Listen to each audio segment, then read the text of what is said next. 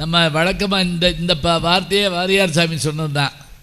பாலை கொடுத்து ஆட்கொண்டது ஞானசம்பந்தருக்காக, சூளை நோய் கொடுத்து ஆட்கொண்டது அப்பர் சுவாமிகளுக்காக, ஓலை கொடுத்து ஆட்கொண்டது தடுத்தாட்கொண்ட புராணம் சுந்தரமூர்த்தி சுவாமிகளுக்காக, காலை நீட்டி அந்த காலை பார்த்தவுடன் பாதத்தை பார்த்தவுடன் மாணிக்கவாசகர் மெழுகு போல உருகி போனார். காலை காட்டி ஆட்கொண்டது மாணிக்கவாசரை.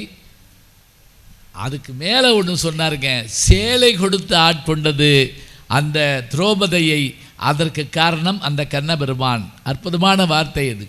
ஒரு படி மேலே வந்து அப்பன் எப்படி அருள் செய்தார்ங்கிறத அழகாக எடுத்து சொன்னார்.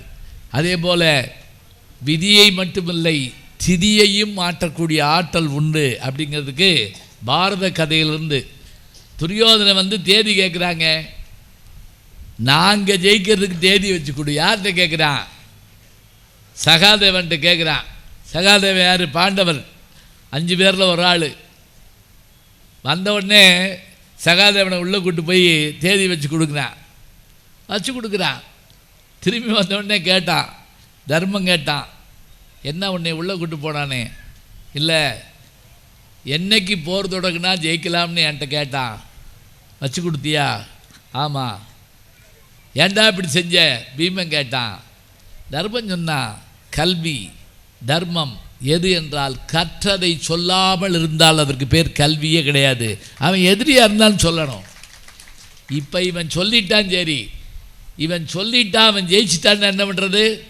ஜெயிக்க விடாமல் பண்ணுறதுக்கு தான் நம்மால் இருக்கார் கிருஷ்ண பரமாத்மா. என்ன பண்ணார்? அந்த திதியவே மாற்றுறாரு.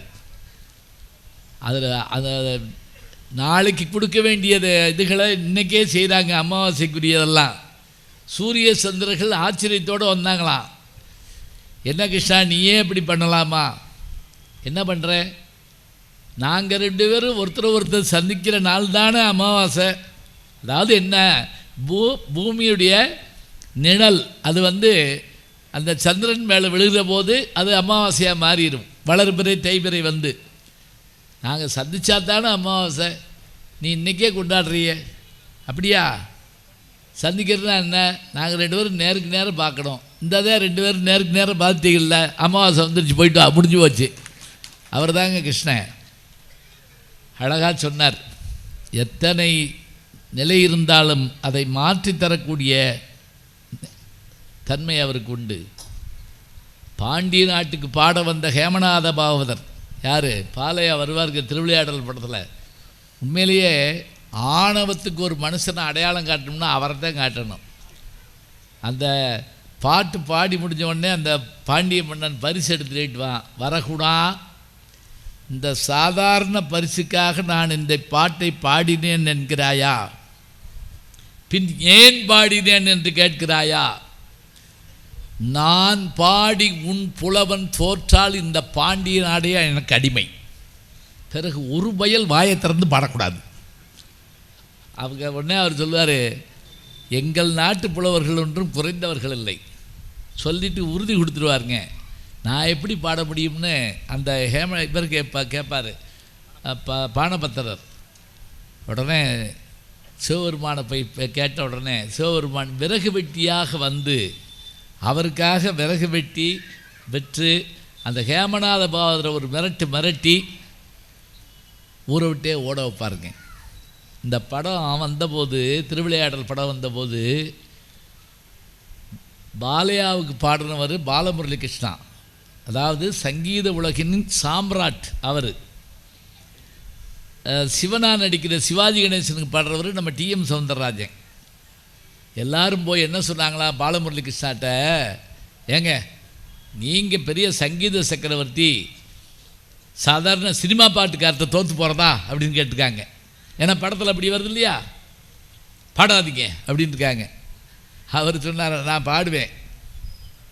ஏன்னு கேட்டுருக்காங்க. ஏய், நான் தோக்க போகிறது அந்த நடிகர்கிட்ட இல்லையா, சிவன்கிட்ட தோக்க போகிறேங்க. சிவபெருமான்கிட்ட தானே தோக்க போகிறேன். இது கொடுத்து வச்சுருக்கணும்ல. அவர் வாழ்க்கை வரலாறுல எழுதியிருக்காருங்க, படித்து பாருங்க. அப்போ தேடி வந்து அழைக்காமலே வந்து அருள் செய்கின்ற ஆற்றல் எம்பெருமானுக்கு உண்டுன்னு சொல்லியிருக்கார். நிறைவாக மா ஸ்ரீமதி அவர்கள் இல்லை இல்லை, அழைத்ததும் வந்து அருள் செய்யக்கூடிய ஆற்றல் அம்மையாகி எங்களுக்குத்தான், எங்கள் பிராட்டிக்குத்தான் உண்டு என்று பேச வருகிறார். இவர் பேசி முடித்த உடனே நான் தீர்ப்பு சொல்வேன். நம்மெல்லாம் வீட்டுக்கு போகிறோம், என்னை விட்டு போயிடாதீங்க. பொம்மை பொம்மைதான் தைய தையனுக்கு தினாக்கு நக்கு தின்னி பஜங்கரே. பொம்மை பொம்மைதான் தைய தையனுக்கு தினாக்கு நக்கு தின்னி பஜங்கரே. உதனித நக்கு தின்னி தித்தாம் தித்தாம் தோம் தை தை கணபதி நாம் சதாம். தை தை கணபதி நாம் சதாம். தை தை கணபதி நாம் சதாம். பாதம் தொட்ட மண்ணுக்கு முதல் வணக்கம். பட்டிமன்ற நடுவர் அவர்களுக்கு முழு வணக்கம். தடுப்பு சுவர் கட்ட வந்தவர்களுக்கு தலை வணக்கம். பக்தகோடி பெருமக்களுக்கு என் மொத்த வணக்கம். தடுப்பு சுவர் கட்டுற ஆளுகளா ரெண்டு பேரும்? நடுவர் அவர்களே, ஒரு குழந்தை அம்மா கிட்ட போய் யாரையாவது கம்ப்ளைண்ட் பண்ணுனா என்ன ஏதுன்னு விசாரிக்காம என் குழந்தைய சொன்னது யாருன்னு வரைஞ்சு கட்டிக்கிட்டு வருவா பாருங்க, அவாதான் அம்மா. நடுவர் அவர்களே, இந்த உலகத்தையே கட்டி காக்கக்கூடிய எம்பெருமானுக்கு, எம்பெருமானை வழிபடுவதற்கு ஒரு ராத்திரி, எம்பெருமான் ஈசனுக்கு இடப்பாகத்திலே இருக்கக்கூடிய நம்பெருமாட்டிக்கு 9 ராத்திரி சொன்னோம். அது தப்பா. 1 இன்று 1 1, 1 இன்று 9 9. அது அருள், இது பேரருள். நடுவர் அவர்களே, 9 பெருசா 1 பெருசா? இறைவனிடம் எண்ணற்ற வரங்களை பெற்றுவிட்டோம் என்ற இருமாப்பு மகிஷனுக்கு தலகால் புரியல்ல. தேவர்கள் மீதும் முனிவர்கள் மீதும் தீவிரவாத தாக்குதலை நடத்துறான். தேவர்கள் எல்லாம் போய் எம்பெருமான்கிட்ட கேட்கல, அம்பிகைட்ட கேட்கிறாங்க.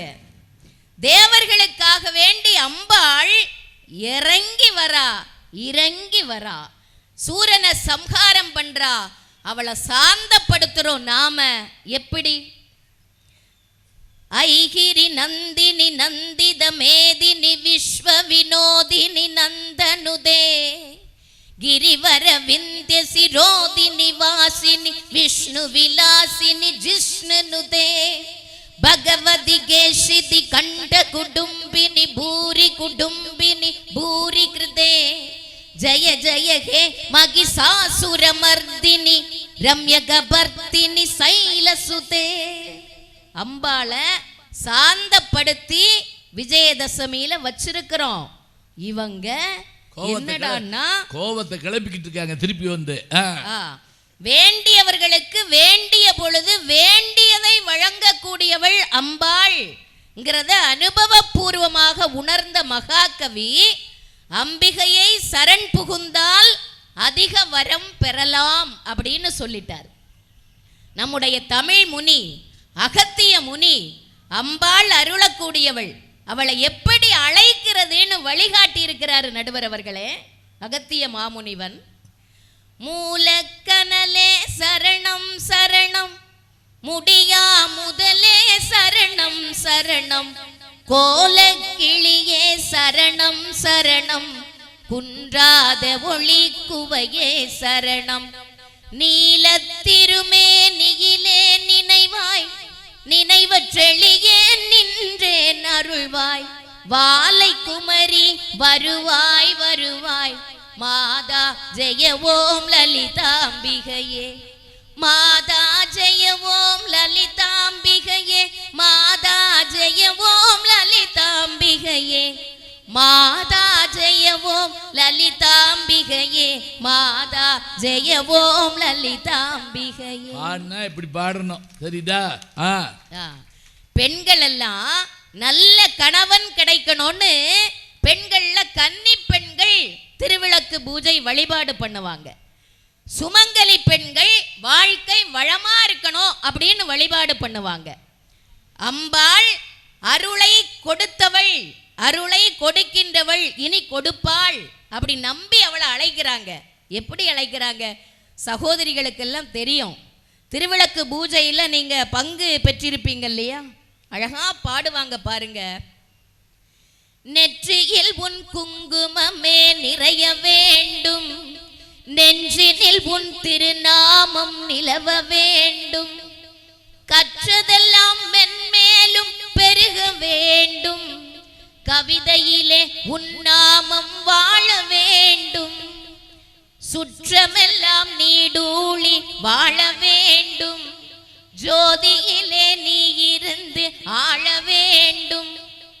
அழைக்க வேண்டாம், கூப்பிட வேண்டாம், நினைக்க வேண்டாம், மற்றதெல்லாம் நான் உனக்கு சொல்லலாமா? மடி மீது பிள்ளை என்னை தள்ளலாமா? அம்மா கற்பூர நாயகியே கனகவல்லி, காளி மகமாயி கருமாரியம்மா. ஓமன் நாட்டில் நடந்த ஒரு உண்மை சம்பவம், ஒரு மருத்துவ அதிசயத்தை நான் சொல்றேன் நடுவர் அவர்களே. கருவுற்றிருக்கக்கூடிய ஒரு பெண் மருத்துவ பரிசோதனைக்காக வேண்டி போறா. மருத்துவர் பரிசோதிச்சுக்கிட்டு சொல்றாரு, அம்மா நீங்க இரட்டை குழந்தைகளுக்கு தாயாகி இருக்கீங்க, ஆனா பிரச்சனை என்னன்னா ஆண் சிசு பிரச்சனைக்குரியதாக இருக்கு. பிரசவத்துக்கு முன்னரோ பின்னரோ அது உயிர் இழப்பதற்கு சாத்திய கூறுகள் அதிகம் இருக்குங்கிறாங்க. கவலையோடு இந்த பெற்றோர்கள் கணவன மனைவியும் வீட்டுக்கு போறாங்க. நாட்கள் நகருது, மாதங்கள் எல்லாம் மறையுது. அந்த அம்மா நிறை மாத கர்ப்பிணியா இருக்கிறா. பிரசவ வலி வரல, தாமதமாகுது. மருத்துவமனைக்கு போறாங்க. ஸ்கேன் பண்ணி பார்த்த மருத்துவர்கள் சொல்றாங்க அறுவை சிகிச்சை பண்ணணும் அப்படின்னு பரிந்துரைக்கிறாங்க. அறுவை சிகிச்சை செய்த அந்த மருத்துவர்களுக்கு அப்பதான் தெரியுது பிரசவ வலியினுடைய தாமதத்துக்கு என்ன காரணம்னு. அறுவை சிகிச்சையின் போது அவர்கள் கண்ட காட்சி அவர்களுக்கு அதிர்ச்சியை ஏற்படுத்தியதாம். என்ன காட்சி தெரியுமா நடுவர் அவர்களே? அந்த பெண் சிசு பிரச்சனைக்குரியதாக இருந்த ஆண் சிசுவினுடைய கைகளை பிடித்து கொண்டே இருந்ததாம். பிரசவத்தின் போது நாம் ஒன்றாகவே வெளியே செல்ல வேண்டும், பிரச்சனைக்குரிய தன்னுடைய சகோதரனை விட்டுவிடக் கூடாது என்று அது பற்றி இருந்ததால் தான் பிரசவத்திற்கு தாமதமானது. அந்த ஆண் சிசுவினுடைய உயிரை காப்பாற்ற முடிந்தது. பாத்தீங்களா ஐயா? பெண்மைக்குள்ளே தாய்மை, தாய்மைக்குள்ளே தெய்வம் நடுவர் அவர்களே. அந்த குழந்தையும் சேர்த்து இழுத்துட்டு வருது அப்படியே. அம்மான்னா சும்மா இல்ல, அவ கருணை கடல் கங்கை அம்மா. அவளை நினைக்க வேண்டாம், அழைக்க வேண்டாம். அவ ஒரு பார்வை, அதுவும் கடைக்கண்ணால பார்த்தாலே போதும். கருணையின் கங்கை கண்ணனின் தங்கை, கடைக்கண் திறந்தால் போதும். என்னாகும்? வருகிற யோகம் வளர்பிறையாகும், பதமலர் தருவாள் நாளும். நீல நிறத்தோடு ஞாலம் அளந்தவள், காளி என திரி சூலம் எடுத்தவள், பக்தருக்கெல்லாம் பாதை வகுப்பவள், நாமம் சொன்னால் நன்மை தருபவள், நாமம் சொன்னால் நன்மை தருபவள். ரட்ச ரட்ச ஜெகன் மாதா சர்வ சக்தி ஜெய துர்கா, ரட்ச ரட்ச ஜெகன் மாதா சர்வ சக்தி ஜெய துர்கா. அழகா சொன்னாங்க. இறைவன் திதியையே மாற்றி காட்டினார். திருக்கடையூர் பட்டருக்கு திங்கள் எழச் செய்த எங்கள் திரிபுர சுந்தரியினுடைய அற்புதத்தை நான் இங்கே பதிவு செய்கின்றேன் நடுவர் அவர்களே. அதன் பிறகு நீங்கள் அருள் பாலிப்பது யார் என்ற முடிவை சொல்லுங்கள். நீங்க என்ன சொன்னீங்க? யமனை பத்தி சொன்னீங்க, அவங்க சிவனை பத்தி சொல்றாங்க பாருங்க, சொல்லுங்க. சோழ நாட்டில் உள்ள தஞ்சை நகரத்தில் திருக்கடையூர் அப்படிங்கிற திருத்தலத்தில் அபிராமவல்லி சமேத அமிர்தகடேஸ்வரர் ஆலயத்தில் 300 வருடங்களாக வழிபாடு செய்து வருபவர் அபிராமி பட்டருங்கிற சுப்பிரமணியன். பக்தகோடி பெருமக்களுக்கு தெரியும். அபிராமி அம்பாள் மேல அபிராமி பட்டருக்கு அத்தனை இஷ்டம். ஆனா மற்ற பட்டர்களுக்கு இவர் மேல பொறாம. இவரை பித்தன், பைத்தியக்காரன் வசைப்பாடுவாங்க. இவர் எதையுமே பொருள்படுத்துறதே கிடையாது. அம்பாள் மேல அளவற்ற பக்தி. ஒரு நாள் தை அமாவாசை, தஞ்சையை ஆண்டு வந்த சரபோஜி மன்னன் அம்பிகையை வழிபட வராரு. மன்னனை பார்த்த மக்கள் எல்லாம் வணங்கி அவரை வரவேற்கிறாங்க. ஆனா மன்னன் வந்த விஷயம் பட்டருக்கு தெரியாது.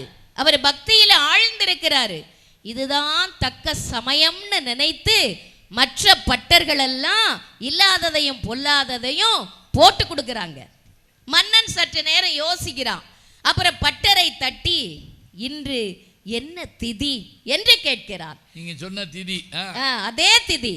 பக்தியிலே ஆழ்ந்திருந்த அந்த பட்டர் அம்பாளினுடைய கோடி பிரகாச ஒளியிலே ஜொலித்துக் கொண்டிருந்த திவ்ய முகத்தை அகக்கண்ணாலே தரிசித்துக் கொண்டிருந்த அபிராமி பட்டர் இன்று பௌர்ணமி திதி என்று சொல்கின்றார்.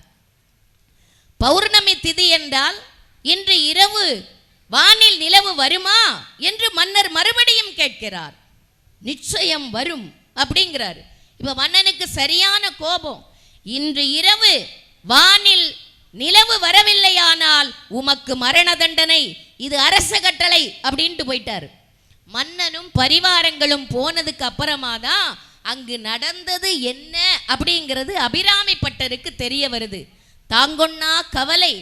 ஆலயத்துக்கு முன்னாடி ஆழமான ஒரு குழியை தோண்டி விறகுகளை அடுக்கி அனல் மூட்டுறாரு. மேல விட்டத்தையும் 100 கயிறுகளால் கட்டப்பட்ட உரியையும் தொங்க விட்டு அது மேல ஏறி உட்கார்ந்துகிட்டார். என்ன சொல்றாரு? அம்பிகை காட்சி தரணும், அவள் அற்புதத்தை நிகழ்த்தணும், என் மேல் ஏற்பட்ட பழியை அவள் போக்கணும், இல்லைன்னா நான் அந்த நெருப்புல விழுந்து உயிரை விட்டுருவேன் அப்படின்னு சபதம் செய்து அந்த உரி மேல உட்கார்ந்து பாடுறாரு. அபிராமி அந்தாதி. உதிக்கின்ற செங்கதிர் உச்சி திலகம், உணர்வுடையோர் மதிக்கின்ற மாணிக்கம், மாதுளம்போது மலர்கமலை, துதிக்கின்ற மின்கொடி மென்கடி குங்கும தோயம் என்ன, விதிக்கின்ற மேனி அபிராமி எந்தன் விழித்துணையே. ஒரு பாட்டு பாடுறாரு. ஒரு கயிறு அறுத்துடுறாரு. இப்படி பாடிக்கிட்டே போறாரு. 1 2 3 29 30வது கயிறு அறுக்கணும். 30வது பாட்டு பாடுறாரு. அன்றே தடுத்து என்னை ஆண்டு கொண்டாய், கொண்டது அல்ல என் கை, நன்றே இனி நான் உனக்கு என் செய்யினும், நடுக்கடலுள் சென்றே விழினும், கரையேற்றுகை நின் திருவுளமே, ஒன்றே பல உருவே அருவே என் உமையவளே அப்படிங்கிறாரு. பொழுது சாஞ்சாச்சு, இருட்டுது. ஆனா அபிராமி பட்டரினுடைய நம்பிக்கையில எந்த மாற்றமும் இல்லை. 30வது கயிறையும் அறுக்கிறாரு. 71 72 78 கயிறுகளை அறுத்தாகிவிட்டது. 79வது பாட்டு பாடுறார் நடுவர் அவர்களே. விழிக்கே அருளுண்டு அபிராம வல்லிக்கு வேதம் சொன்ன, வழிக்கே வழி உண்டு எமக்கு அவ்வழி கிடக்க, வழிக்கே பழிக்கே வென்று வம் பாவங்களே செய்து, பாழ்நரக குளிக்கே அழுந்தும் கயவரோடு என்ன கூட்டினி ஏன்னு பாடுறாரு. அம்பாள் காட்சி கொடுக்கிறா. தோட கலச்சி வான வீதியில வீசுறா. அங்கே கோடி பிரகாசமாக பௌர்ணமி நிலவானது ஜொலித்தது. நடுவர் அவர்களே, தன்னுடைய பக்தனுக்காக இயற்கையே மாற்றி காட்டியவள் எங்கள் இமயவல்லி. இந்த நிகழ்வை நினைவூட்டுவதற்காகத்தான் வருடந்தோறும் தை அமாவாசை என்று திருக்கடையூர் திருத்தலத்திலே இந்த நிகழ்வை விழாவாக கொண்டாடி வருகிறார்கள். இந்த நிகழ்ச்சிய ஆதிபராசக்தி அப்படிங்கிற திரைப்படத்துல அற்புதமா பதிவு செய்திருக்காங்க நடுவர் அவர்களே. அதுல ஒரு பாடலுக்காக வேண்டி இந்த அபிராமி அந்தாதியிலிருந்து 24வது பாடலை எடுத்திருக்காங்க. அந்த அபிராமி பட்டர் மனம் உருகி பாடுறாரு. மணியே மணியின் ஒளியே, ஒளிரும் மணி புனைந்த அணியே, அணியும் அணிக்கழகே, அணுகாதவர்க்கு பிணியே, பிணிக்கு மருந்தே, அமரர் பெருவிருந்தே, பணியேன் ஒருவரை நின் பத்மபாதம் பணிந்த பின்னே, சொல்லடி அபிராமி வானில் சுடர் வருமோ, எனக்கு இடர் வருமோ, பதில் சொல்லடி அபிராமி. அடுத்து அடி போட்டு பேசுறாரு. நில்லடி முன்னாலே முழு நிலவினை காட்டு உன் கண்ணாலே. அம்பாள் காட்சி கொடுக்கிறா. அப்பதான் தோட கலற்றி வான வீதியில வீசுறா. அம்பாளினுடைய காட்சி தெரிந்ததும் ஆனந்த கூத்தாடுறாரு பாருங்க பட்டர். காளி பயங்கரி சூலி மதாங்கினி கண்களில் தெரிகின்றார்.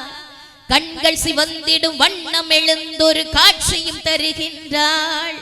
வாழிய மகனிவன் வாழிய என்றொரு வாழ்த்தும் தருகின்றார். வாழிய வானகம் வையகம் எங்கனுமே ஒரு வடிவாய் தெரிகின்றாள். அன்னை தெரிகின்றாள், என் அம்மை தெரிகின்றாள். அன்னை தெரிகின்றாள், என் அம்மை தெரிகின்றாள். ஓம் சக்தி ஓம் சக்தி ஓம் சக்தி ஓம் சக்தி ஓம். அழைத்தவுடன் அல்ல நடுவர் அவர்களே, எம்பெருமாட்டியை நினைத்தாலே போதும் என்று கூட சொல்ல வேண்டியதில்லை. எல்லா வேளைகளிலும் தன்னுடைய பக்தர்களை அம்மா நினைத்து கொண்டே இருக்கிறாள் என்று சொல்லி அழைத்ததும் வந்து அருள்பாலிப்பது நம் அம்மையே அம்மையே என்று வாய்ப்புக்கு நன்றி பாராட்டி இடம் பெயர்கிறேன். நன்றி, வணக்கம். அருமை அருமை அருமை. ஏறத்தாழ ஒரு பக்தி பாட்டு கச்சேரி நடந்த மாதிரியே இருந்தது.